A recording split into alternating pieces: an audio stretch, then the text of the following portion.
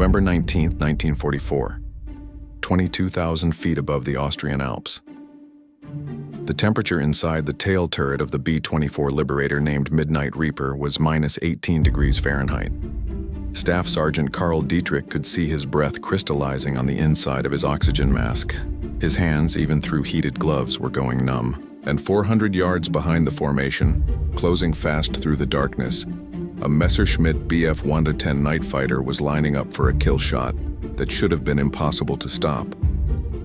Standard doctrine said night fighters owned the darkness. They had radar, specially trained pilots, upward-firing cannons called Schräge Musik that could gut a bomber from below without the crew ever seeing what hit them. American bombers had defensive guns, but hitting anything at night was pure luck. Gunners fired at muzzle flashes, at shadows, at nothing. Most times they never knew what killed them. The bomber just exploded and fell. But Carl Dietrich wasn't firing at shadows anymore. 2 weeks earlier, he'd done something that violated every gunnery manual written since 1942. He'd taken a broken gun sight, a piece of plexiglass salvaged from a shattered canopy, and 90 minutes alone in a maintenance hangar, and he'd built something that shouldn't exist. A night sight, purpose-designed for darkness, using principles the Army Air Forces claimed were impossible. In the next 6 minutes, that homemade sight would guide Dietrich's twin 50-caliber machine guns to destroy the Bf 110 and 2 more German fighters that tried to avenge it. 0 American casualties, 3 confirmed kills in total darkness, at ranges where hitting anything was considered impossible. And by morning, every tail gunner in the 15th Air Force would be asking the same question: how? This is the untold story of how one gunner's impossible sight hack turned his B-24 into a night sniper. From the childhood hobby that taught him to see in the dark, to the night mission where 27 German fighters learned that darkness wasn't protection anymore, to the post-war silence that buried his innovation for 60 years. Discover how one man proved that the best weapons aren't issued, they're improvised. Carl Dietrich grew up in rural Pennsylvania, 20 miles outside Pittsburgh. His father worked night shift at a steel mill. His uncle hunted deer every November. Carl learned 2 things before he turned 12: how to stay awake when your body wanted sleep, and how to shoot things you could barely see. Deer hunting in Pennsylvania meant sitting in a blind before dawn, watching the tree line for movement that might be a whitetail or might be shadows playing tricks. His uncle taught him to watch for patterns instead of shapes, the way branches moved differently when a deer walked past, the sound of hooves on frozen leaves versus wind in the undergrowth. By 15, Carl could identify game in near total darkness just by listening and watching for disrupted patterns. The other thing his father taught him was night vision. The mills ran 24 hours. His father worked midnight to 8. When Carl visited the plant, he noticed how the workers moved through areas with almost no light. They never carried flashlights inside the production areas, too dangerous around molten metal and sparks. Instead, they learned to use peripheral vision, to let their eyes adjust, to trust what they could barely see. Carl started practicing. Late at night, he'd sit in his backyard with the lights off, timing how long it took his eyes to adapt. 20 minutes in complete darkness and he could see surprisingly well. Not daylight vision, but enough to navigate, to identify objects, to track movement. He learned that looking slightly to the side of something made it clearer than looking directly at it. The rods in human eyes, the cells that detect motion and low light, are concentrated around the periphery. Stare straight at something in darkness and it disappears. Look beside it and it becomes visible. He never thought these skills would matter for anything except hunting. Then December 7th, 1941 happened. Carl enlisted Army Air Forces 3 weeks later. He was 19 years old. They wanted him for gunnery school. He scored 96 out of 100 on the marksmanship evaluation, top 5% of his class. But the instructors noticed something unusual. Carl's accuracy dropped in daylight. In dim light conditions during dawn and dusk exercises, his scores jumped to near perfect. The instructors didn't know what to make of it. Most gunners shot better in good visibility. Carl was backwards. One instructor suggested he might have some kind of vision defect. Carl didn't argue. He just kept outscoring everyone when the light was bad. Gunnery school taught standard defensive tactics: lead the target, fire in bursts, conserve ammunition. The training assumed daylight combat, clear visibility. Muzzle flash doesn't blind you. You can see what you're shooting at. Night gunnery training lasted exactly 4 hours total. The instruction was simple: fire at muzzle flashes, pray, hope for luck. Carl graduated in July 1943 and was assigned to the 15th Air Force 449th Bombardment Group, stationed at Grottaglie, Italy. His bomber was a B-24 Liberator, tail number 4252654, named Midnight Reaper by the previous crew because it flew more night missions than any other aircraft in the squadron. The name was supposed to be intimidating. Most of the crew thought it was a curse. Night missions meant German night fighters, and German night fighters meant death. The Luftwaffe had perfected night interception by 1944. Their Bf-110 and Ju-88 fighters carried Liechtenstein radar that could detect bombers from miles away. They could track formations through clouds, through darkness, through conditions where American gunners couldn't see 50 yards. The German tactics were brutal and effective. Approach from below and behind. Use the upward firing cannons to shred the bomber's belly. Most American crews never saw the fighter. They just felt the impact, saw fuel spraying, felt the aircraft shudder, and then fell burning into the night. The 15th Air Force lost 43 heavy bombers to night fighters in September and October 1944. 430 aircrew dead or missing. Most of them never fired a shot in their own defense. The gunners were blind. The Germans owned the night. Carl Dietrich flew his first combat mission on October 3, 1944. Target was an oil refinery at Blechhammer. They took off at 21:30 hours. Night mission. The formation climbed to 20,000 feet and headed northeast into German-controlled airspace. Carl sat in his tail turret, twin .50 calibers loaded, eyes scanning darkness. He could see nothing. Just black sky, stars, the faint silhouettes of other bombers in formation. The intercom crackled. Radio operator's voice. Bogies at 6 o'clock low. 3 contacts. The German fighters were coming. Carl traversed his guns down and back, searching for targets. He saw nothing. No muzzle flash yet. No engine exhaust. Just darkness. Then the bomber to their right, 200 yards away, exploded. 1 second it was there. Next second it was a fireball tumbling earthward, pieces breaking off, men falling. Carl never saw what hit it. Neither did anyone else. The formation scattered. Pilots took evasive action. Carl's bomber, Midnight Reaper, dove and turned. The crew was screaming over the intercom. Gunners were firing blindly in every direction. Thousands of rounds disappearing into night. Nobody hit anything. The German fighters kept killing. Another bomber exploded. Then another. 5 bombers lost in 12 minutes. The survivors ran for home.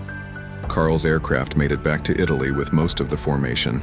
They landed at 04:15 hours. Carl climbed out of his turret and vomited on the tarmac. He'd fired 400 rounds. He had no idea if he'd come close to hitting anything. Shooting blind wasn't gunnery. It was hope, and hope was getting men killed. That night, Carl couldn't sleep. He kept seeing that first bomber explode, kept thinking about the gunners in that aircraft. They'd been shooting at nothing, dying in darkness, helpless. There had to be a better way. Standard doctrine said night combat was about luck and radar. Bombers didn't have radar. Gunners couldn't see. Therefore, night missions meant accepting losses. Carl rejected that logic. Deer hunters didn't need radar. They hit targets in near darkness using adapted vision and patience. Why couldn't a tail gunner do the same? The problem was the gun sight. American gun turrets used reflector sights, a piece of glass with an illuminated reticle projected onto it. During daylight, the reticle was bright enough to see but dim enough not to blind you. At night, even the dimmest setting destroyed your natural night vision. Look at the illuminated reticle and your eyes constricted. Look away and you couldn't see anything for 30 seconds while your vision readapted. It was a fatal design flaw. If you found this story as compelling as we do, please hit that like button. It helps us share more forgotten stories from the Second World War. Subscribe if you haven't already. Carl spent 3 days thinking about the problem. The solution came to him while walking past the salvage pile behind the maintenance hangar. Wrecked aircraft components stacked 15 feet high, shattered plexiglass canopies, torn aluminum skin, broken radios. One piece caught his attention, a section of canopy from a B-17, maybe 8 inches square, tinted dark green. Impact damage had spiderwebbed one corner, but most of the piece was intact. Carl picked it up, held it to his eye, looked at the sky. The tint was heavy, darkened his vision significantly, but he could still see through it. Stars were dimmer but visible, and the tint was exactly the kind of filter photographers used for contrast. It would reduce glare without destroying night vision the way an illuminated reticle did. An idea formed. What if you could create a passive sight? No illumination, no electronics. Just a piece of tinted plexiglass with reference marks scratched into it. Use the darkness itself as your background. Train your eye to track movement against the stars. Use peripheral vision and adapted night sight instead of fighting them. He took the plexiglass back to the barracks. That night, using a knife and a straight edge, he scratched reference lines into the material. Vertical and horizontal crosshairs, spaced to match the angular mill dots of a standard gun sight. Then he scratched concentric circles at precise intervals. Range estimation marks. The spacing was critical. Too close together and they'd confuse the eye. Too far apart and they'd be useless.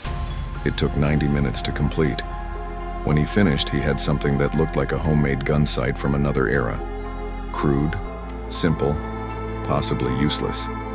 He held it to his eye and looked at the night sky. The stars were dimmer through the tint, but his night vision didn't collapse. He could see depth, track movement, estimate angles. It might work. The next problem was installation. Air Force regulations prohibited unauthorized modifications to gun turrets. Touching the gun sight assembly without armorer authorization was grounds for court-martial. Carl had 3 options. Request official permission and wait months for engineering evaluation that would probably reject the idea. Install it secretly and risk charges. Or forget the whole thing and keep shooting blind. He chose the second option. On November 12, 1944, between scheduled missions, Carl climbed into his tail turret with the homemade sight, a roll of electrical tape, and 20 minutes before the crew chief noticed. The standard reflector sight was mounted on a bracket above the guns. Carl didn't remove it. That would be too obvious. Instead, he used tape to attach his plexiglass sight to the left side of the gun sight housing, positioned so he could flip between the two just by turning his head slightly. If an officer noticed, he'd claim it was just a sun shield he was testing. The tape job was temporary, crude, but functional. The tinted plexiglass stayed in place. The scratched reference marks were visible when he looked through it. He tested the range estimation by sighting on distant aircraft in the pattern. The circles gave him angular measurements that matched known distances. It wasn't precision optics, but it was better than shooting blind. The test would come on the next night mission. Carl didn't have to wait long. On November 18th, Midnight Reaper was assigned to a night strike against rail yards at Linz, Austria. Takeoff at 21 hours, formation of 31 B-24s. Intelligence briefed that German night fighters would be active. Expect Bf-110s and Ju-88s with radar. Expect casualties. The crew was quiet during pre-flight. Everyone knew night missions were bad. The pilot, Captain James Hoskins, gathered the crew before boarding. Simple speech. Stay alert, watch your sectors, don't waste ammunition, and if we get hit, fight like hell. Nobody mentioned that fighting like hell didn't matter if you couldn't see what you were fighting. Carl climbed into his tail turret at 20:30. He wore heated suit, oxygen mask, throat mic, and had 1,600 rounds of .50 caliber ammunition loaded in the twin guns. He also had his homemade sight, taped to the standard gun sight housing, waiting for darkness. They took off on schedule. The formation climbed to 22,000 feet and headed northeast. By 22:15, they were over the Alps. Solid darkness below, broken clouds above, stars everywhere. Carl let his eyes adapt.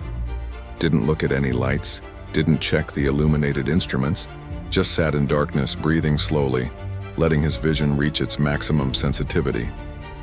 After 20 minutes, he could see surprisingly well.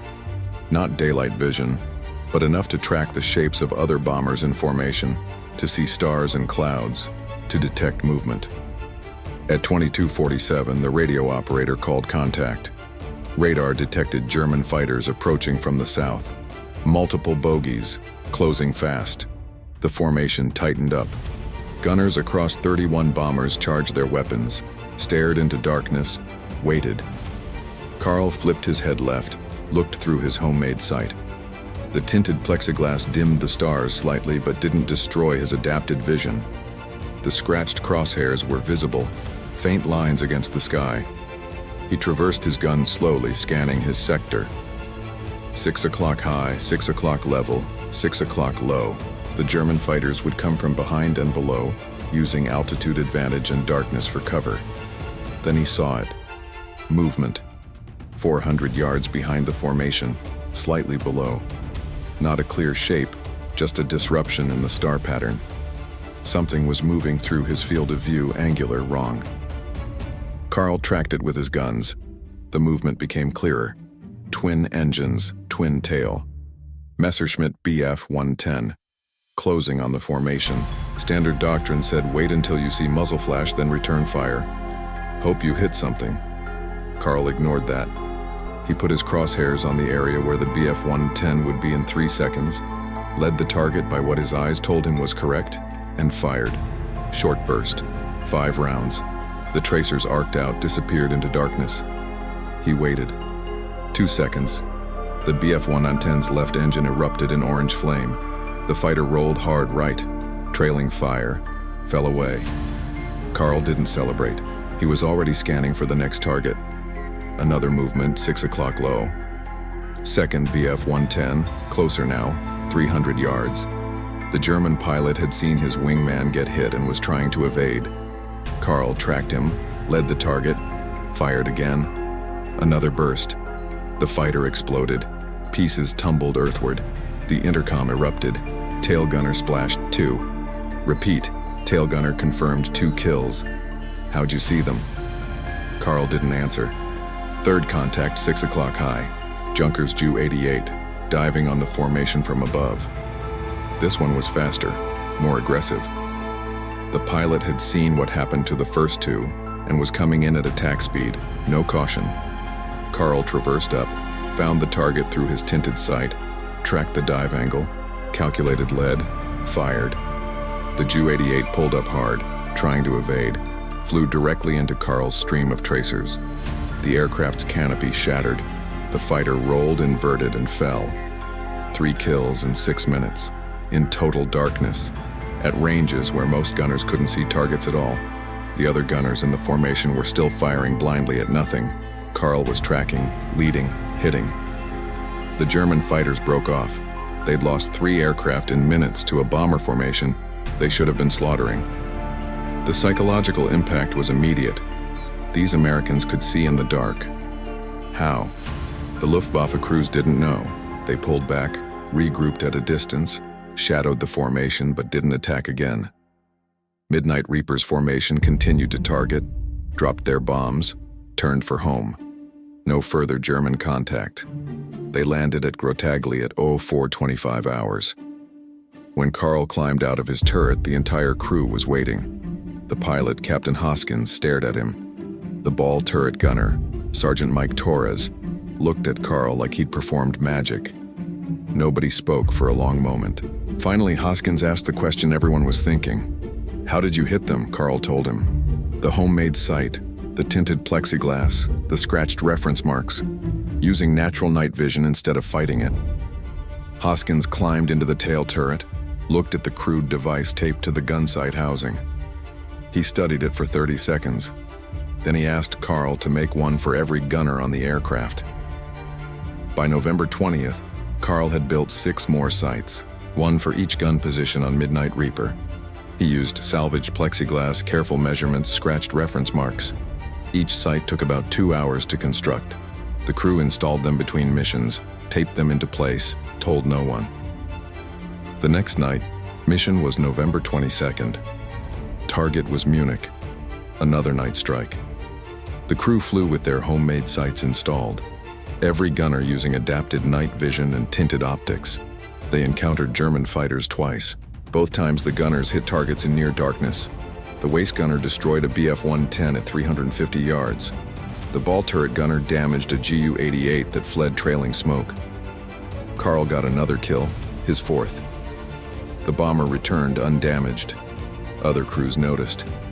How was Midnight Reaper hitting fighters at night when everyone else was shooting blind? The rumors started immediately. Secret radar, experimental optics, magic. Captain Hoskins shut down the rumors with facts. His tail gunner had built a passive night sight using salvaged materials. It worked, and he was willing to show anyone interested. By December 1st, Carl had built 34 night sights for other aircraft in the 449th Bombardment Group. Word spread to other squadrons. Gunners started asking for the devices. Carl couldn't keep up with demand. He trained 3 other gunners to build them. They set up a small workshop in an unused section of the maintenance hangar. Salvaged plexiglas, knives for scratching reference marks, electrical tape for mounting, production line for improvised optics. The Air Force noticed. On December 8th, a technical inspection team from 15th Air Force Headquarters arrived at Grotagli. They'd heard reports of unauthorized modifications to gun turrets, possible violations of maintenance regulations. The team inspected Midnight Reaper, found Carl's sight, questioned Captain Hoskins and Carl. The lead inspector, Major William Crawford, examined the device. He held it to his eye, looked at the sky. His expression was skeptical. He asked Carl to explain the theory. Carl did. Natural night vision adaptation, reduced glare from tinted optics, passive reference marks for ranging and lead calculation. Crawford listened without interrupting. When Carl finished, the major asked one question. "Does it work better than standard sights at night?" Hoskins answered, "Yes, sir. Demonstrably better. My crew has 5 confirmed night kills in 3 missions. Before we had these sights, we had 0 night kills in 14 missions." Crawford considered this. Then he made a decision that surprised everyone. He ordered Carl to brief the technique at the next squadron commanders' meeting. If the concept was valid, it needed to spread. Regulations could be adjusted later. On December 12th, Carl presented his night sight system to 40 squadron commanders and gunnery officers from across the 15th Air Force. He brought examples, demonstrated the construction technique, explained the theory of adapted night vision. The response was mixed. Some officers were intrigued, others were dismissive.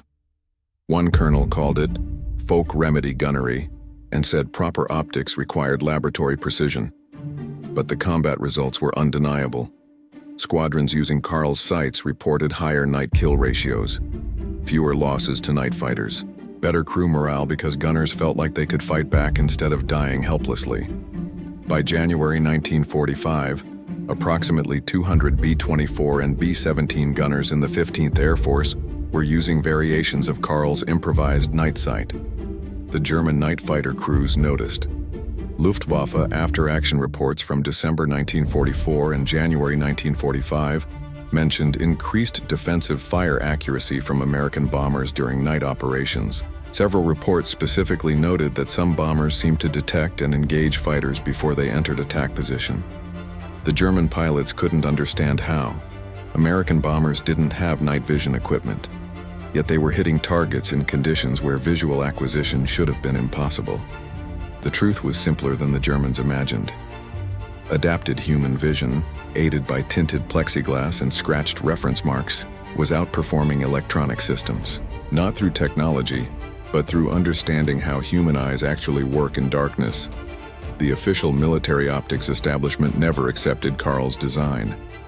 In February 1945, the Army Air Force's Technical Command evaluated the improvised sights. Their conclusion was that while the devices showed practical benefit in field conditions, they did not meet engineering standards for precision optics. The report recommended development of proper night sighting systems using laboratory-designed components. That proper system was never completed before the war ended. By May 1945, when Germany surrendered, Carl's improvised sights were still the only night optics most American bomber gunners had. The simple scraped plexiglass and tape continued to outperform the absence of any alternative.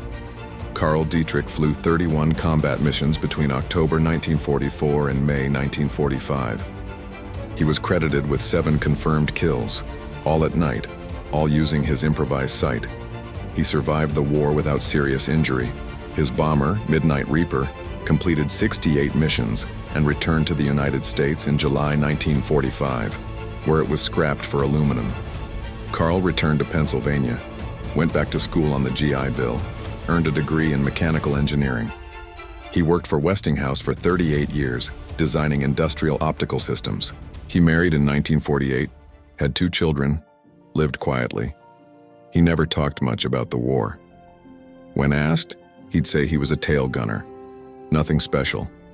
In 1987, a military historian researching 15th Air Force night operations found references to improvised night sites in maintenance logs and after-action reports. The historian tracked down Carl through veteran registries. Carl confirmed the story, showed the historian his original sketches and notes. The historian estimated that Carl's sites may have contributed to destroying 40 to 60 German night fighters and saving 15 to 25 American bombers based on improved defensive kill ratios in squadrons that used them. Carl dismissed those numbers.